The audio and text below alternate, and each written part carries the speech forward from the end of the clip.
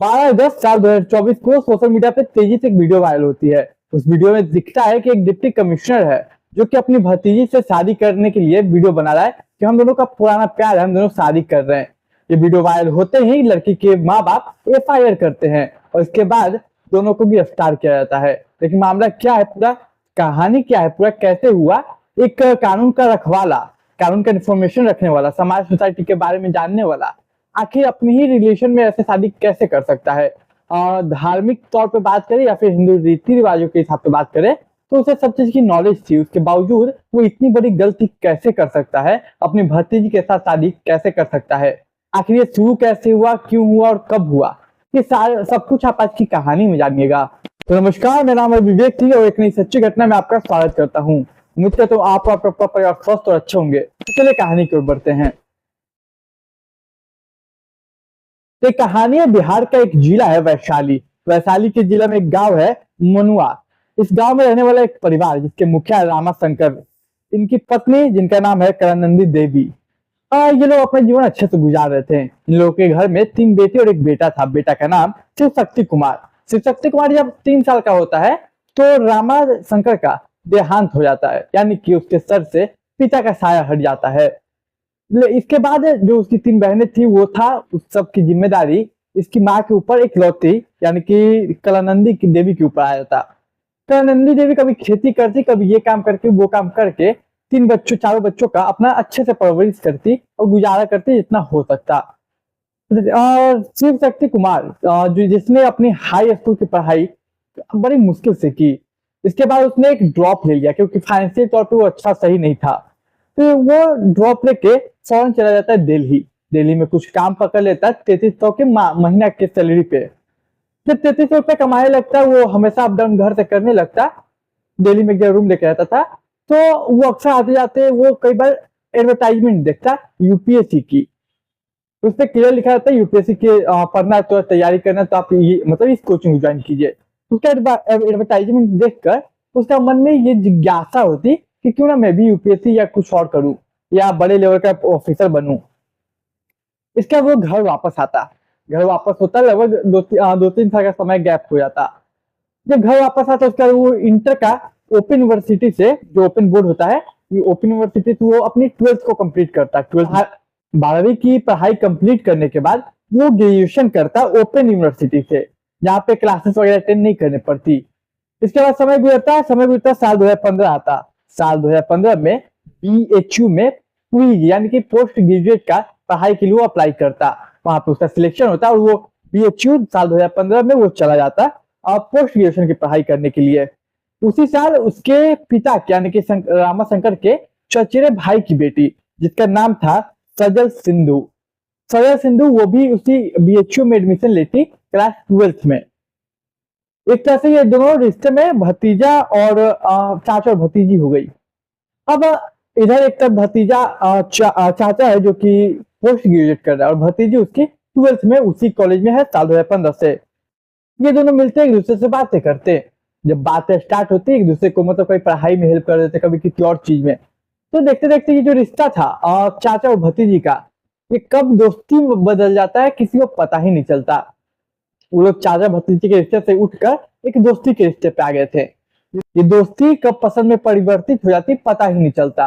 अब ये दोनों एक दूसरे को पसंद करने लगते हैं। अच्छा, इधर जो शिव शक्ति था जो किसने अपनी 10th कंप्लीट की, फिर 12th, फिर ग्रेजुएशन, फिर पोस्ट ग्रेजुएशन, ये अपने पीजी के साथ बीएचयू में बीपीएससी की तैयारी भी कर रहा था क्योंकि उसे ऑफिसर बनना था।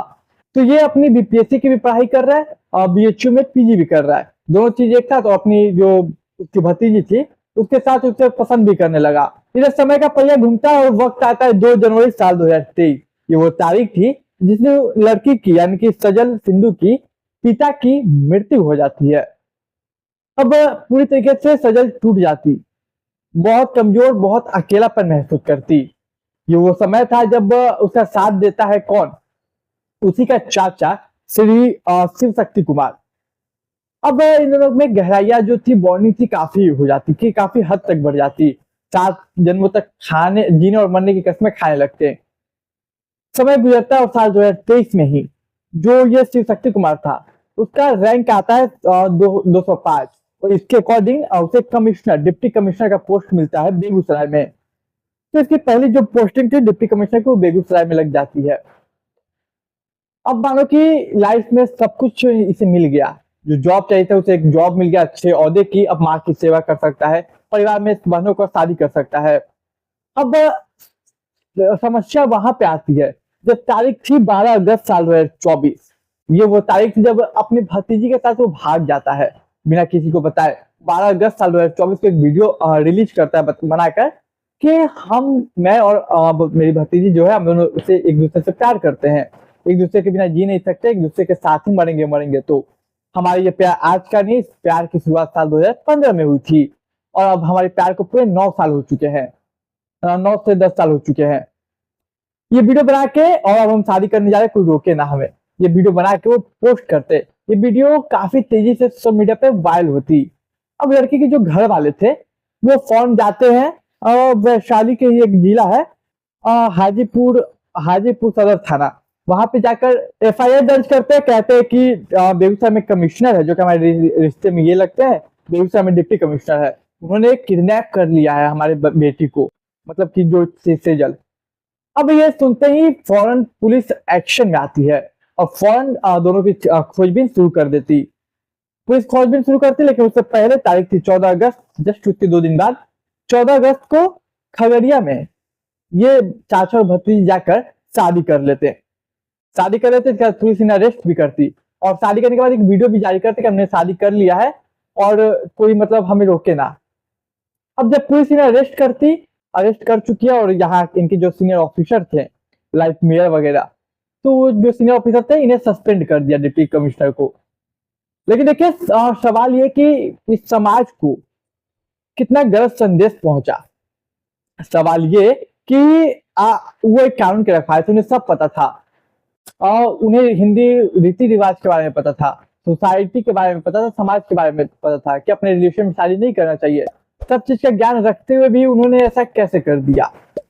खैर ये लीगल है या इनलीगल, इसका तो अभी मामला चल रहा है, वो अलग बात है। लेकिन यहाँ जो समाज का बात है, समाज से उन्हें कौन बचाएगा। हालांकि उन्होंने इस बात को लेकर अपने परिवार को सेफ्टी को लेकर चिंता भी व्यक्त की है कि उन्हें सुरक्षा मिलनी चाहिए, नहीं तो हमें डर है कि कुछ मतलब हो ना जाए और जो सोसाइटी है, समाज है, कुछ कर ना दे।